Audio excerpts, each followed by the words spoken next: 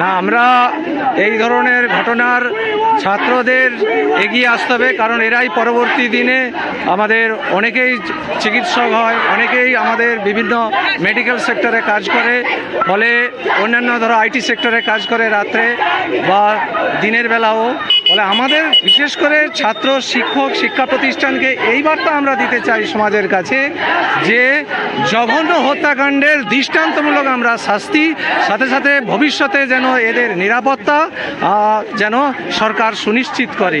আর দ্রুত আমরা প্রকৃত অপরাধী দ্রুত সিবিআই চিহ্নিত করুক।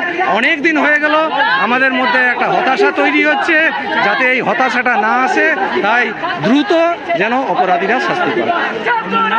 আমার নাম অপূর্ব মিশ্র।